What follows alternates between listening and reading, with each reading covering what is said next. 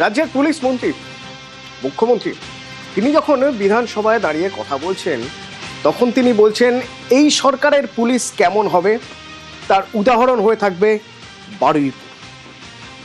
তিনি বলছেন যে তিনি প্রতিনিয়ত সব পুলিশ আধিকারিক পুলিশ কর্মীদের সঙ্গে যখনই কথা বলেন তখনই তিনি বলেন জিরো টলারেন্স। তো সেই জিরো টলারেন্সের নমুনা এ রাজ্য দেখেছে বারুইপুর।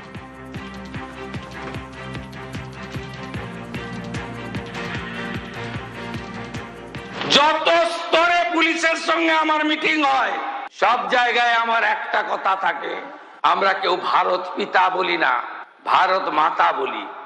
কোন মহিলা কন্যার উপরে কিছু ঘটলে কারোর নির্দেশের জন্য অপেক্ষা করবেন না, যাই করতে চান করে দেবেন। আপনাকে ঢাল হিসেবে প্রোটেক্ট করবে রাজ্যের মুখ্যমন্ত্রী।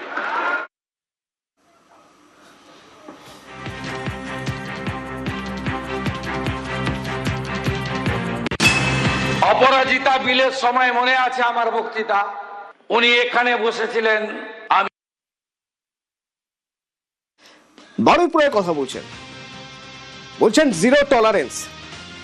আমার সঙ্গে নিউজ রুম থেকে কমলিকা আছে। কমলিকা, বারুইপুর দাওয়ায় আজ মুখ্যমন্ত্রী বিধানসভায় দাঁড়িয়ে বলছেন যে বারুইপুরের যেভাবে কাজ করেছে এই পুলিশ এইভাবে কাজ করবে। এই বারুইপুরকে একটা উদাহরণ হিসেবে তুলে ধরছেন কেন? দেখো, বারুইপুরে আমরা কি দেখেছি, বারুইপুর একটা মডেল তৈরি হতে পারে। বারুইপুরে আমরা দেখেছি যে ঘটনা ঘটার সঙ্গে সঙ্গে 24 ঘন্টার মধ্যে গ্রেপ্তার, যে অভিযুক্তরা তাদের গ্রেপ্তার করা হয়েছে। এবং শুধু তাই নয়, স্বয়ং মুখ্যমন্ত্রী যিনি পুলিশ মন্ত্রী তিনি এক নয় একাধিকবার তিনি নিজে সেই জায়গায় যান, তিনি নিজে সেই নির্যাতিতার পরিবারের সঙ্গে কথা বলেন, দেখা করেন। এবং আমরা যে বারুইপুরে দেখেছি যে যেভাবে পুলিশ এই পুরো বিষয়টা দেখেছে এবং যেভাবে তদন্তের অগ্রগতি হয়েছে, সিট তৈরি করা হয়েছে এবং সমস্ত দিক থেকে সেই এই যে তদন্ত, এই তদন্তভারকে নিয়ে তারপরে সমস্ত দিক থেকে তার তদন্ত করা হয়েছে। এবং আমরা দেখতে পেয়েছি যে স্বয়ং মুখ্যমন্ত্রী এটা বলেছেন যে চেষ্টা করা হবে, অবশ্যই শুধু চেষ্টা না, যেভাবে কেস পুরো ধরা হয়েছে এবং যেভাবে তাদের গ্রেপ্তার করা হয়েছে এবং তারপরে প্রসিকিউশন যেভাবে কাজ করবে সর্বোচ্চ যাতে শাস্তি হয় তার ব্যবস্থা করা হবে। এবং আমরা দেখেছি যে সেখানে যেই যখন রিকনস্ট্রাকশন হয় তখন রিকনস্ট্রাকশন করার জন্য একজন প্রধান অভিযুক্ত যিনি একজন ছিলেন তাকেও সেই প্রধান অভিযুক্ত বাধ্য হয়ে গুলি চালাতে হয় এবং সেটাও আমরা দেখেছি যে সেই এনকাউন্টারটাও করতে হয়। কিন্তু এই বারুইপুরটা কেন মডেল বলছি?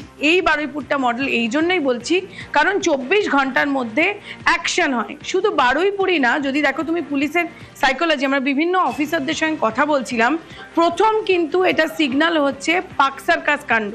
পাক সার্কাসে যেদিনকে হঠাৎ করে বেশ কিছু লোক সেখানে ভিড় করে ঝামেলা শুরু করলো, এক রোববার ছিল, সেদিন কিন্তু পুলিশ শক্ত হাতে দমন করেছিল। অর্থাৎ আগের সময় কি হতো, অর্থাৎ পালা বদলের আগে এটা বলতেই হয়, পুলিশ প্রথমে ভাবতো এটা কার কেস, কে জড়িত আছে। এবং আমাদের মানে একেবারেই অফ দ্য রেকর্ড অনেক পুলিশ অফিসাররাই বলেছে যে প্রথমে তো এটা বোঝাই যেত না যে এর বিরুদ্ধে কেস করা হবে কি হবে না, তারপর তাদের উপর কি খাড়া এসে পড়বে। বিশেষ করে মহিলাদের ক্ষেত্রে জিরো টলারেন্স আমরা দেখেছি, এসওপি গেছে, নতুন এসওপি গেছে সমস্ত পুলিশ প্রশাসনের কাছে। এবং সেখান থেকে দাঁড়িয়েই এই যে বারুইপুর মডেল, যেটা পাক সার্কাস থেকে শুরু হচ্ছে, যে মনে করে দেখো যেদিন পাক সার্কাসে ঘটনা ঘটে তার পরের দিন খোদ মুখ্যমন্ত্রী যায় সেখানে এবং সেখানে গিয়ে তিনি বলেন যে পুলিশের গায়ে হাত উঠবে আর মুখ্যমন্ত্রী তিনি এসি ঘরে থাকবেন, পুলিশ মন্ত্রী তা হবে না। সুতরাং খুব মেসেজ খুব স্পষ্ট এবং মহিলাদের ক্ষেত্রে আরো জোরদার। ঠিক ঠিক। এবং এখান থেকে চট করে আরেকটা বক্তব্য আমি শোনাবো শুভেন্দু অধিকারী, যেখানে তিনি বলছেন যে আগের সরকারের প্রশাসনিক প্রধান কিভাবে রিঅ্যাক্ট করতেন এই ধরনের ঘটনার পর। অপরাজিতা বিলের সময় মনে আছে আমার বক্তৃতা, উনি এখানে বসেছিলেন, আমি ওখানে বসেছিলাম। কামদুনি ছোট্ট ঘটনা, বারাসাত, শরীর থাকলে যেমন সর্দি কাশি জ্বর জারি হয়, একটু আধটু রেপ টেপ তো হয়। কাকদ্বীপের ঘটনা, ফুল রেপে 20,000, হাফ রেপে 10,000। হাঁসখালির ঘটনা, মেয়েটা অন্তঃসত্ত্বা ছিল। ময়নাগুড়ির ঘটনা, লাভ অ্যাফেয়ার্স। আরজি কর, ওর বাবা মা চাইলে তো 10 লাখ দিতেই পারি। এই তো ছিল নারী নিরাপত্তা।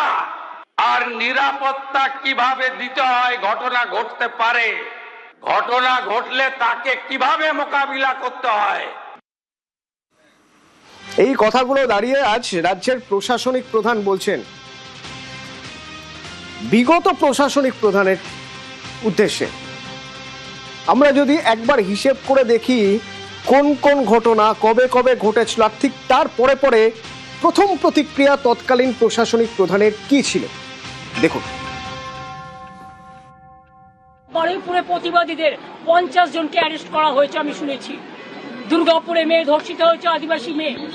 বর্ধমানে হয়েছে, ভগবানপুরে হয়েছে, পটাশপুরে হয়েছে, কুচবিহারে হয়েছে, বেহালা হয়েছে, মালদায় হয়েছে।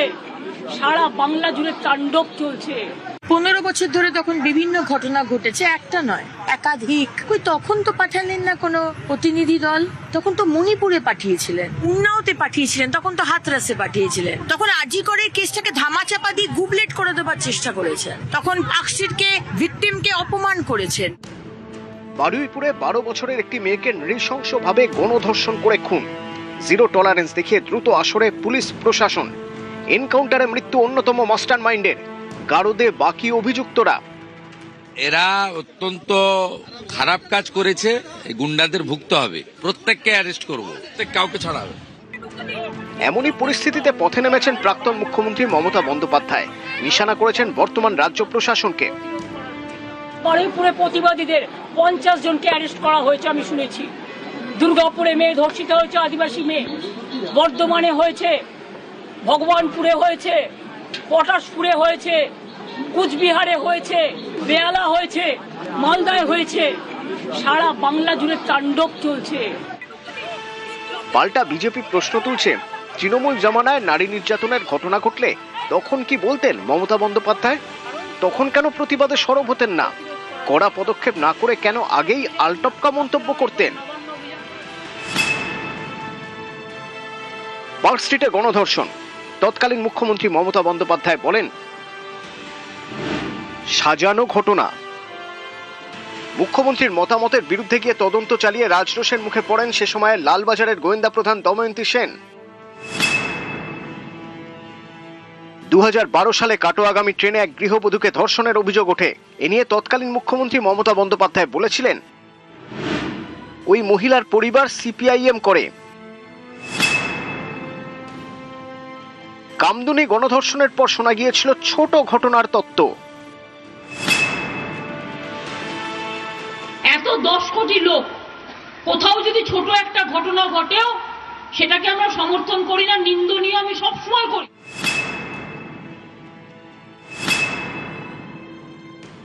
সন্দেশখালী কি করে টাকা দিয়ে সাজানো হয়েছিল?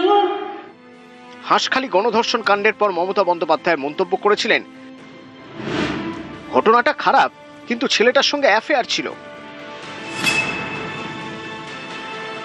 দুর্গাপুরে মেডিকেল ছাত্রীকে গণধর্ষণের অভিযোগ, এক্ষেত্রে তৎকালীন মুখ্যমন্ত্রী যা বলেছিলেন তাতেও বিতর্কের ঝড় ওঠে। How they came out in the night at 12:30, and especially the girl child at night time, they should not be allowed to come out in the outside. আর্চি করে নৃশংস ঘটনাকে ঘিরে যখন উত্তাল গোটা দেশ, তখন তৎকালীন মুখ্যমন্ত্রীর আহ্বান এবার উৎসবে ফিরুন। 1 মাস তো হয়ে গেল, আজকে 9 তারিখ, 1 মাস 1 দিন। আমি অনুরোধ করব ফিরে আসুন, উৎসবে ফিরে আসুন। এসব দেখেই অনেকে প্রশ্ন তুলতেন, খোদ রাজ্যের প্রশাসনিক প্রধান যদি এমন মন্তব্য করেন তাহলে আর কি তদন্ত হবে, বিচারই বা কি করে মিলবে? আর্চিকর কসবা ল কলেজের ক্ষেত্রে তো তদন্ত ধামাচাপা দেওয়ার অভিযোগও উঠেছিল মমতা বন্দ্যোপাধ্যায়ের প্রশাসনের বিরুদ্ধে। 15 বছর ধরে তখন বিভিন্ন ঘটনা ঘটেছে, একটা নয় একাধিক। কই তখন তো পাঠালেন না কোনো প্রতিনিধি দল? তখন তো মণিপুরে পাঠিয়েছিলেন, উন্নাওতে পাঠিয়েছিলেন, তখন তো হাতরাসে পাঠিয়েছিলেন, তখন আজি করে কেসটাকে ধামাচাপা দিয়ে গুবলেট করে দেবার চেষ্টা করেছেন, তখন পাকশিরকে ভিকটিমকে অপমান করেছেন। নিউজ 18 বাংলা।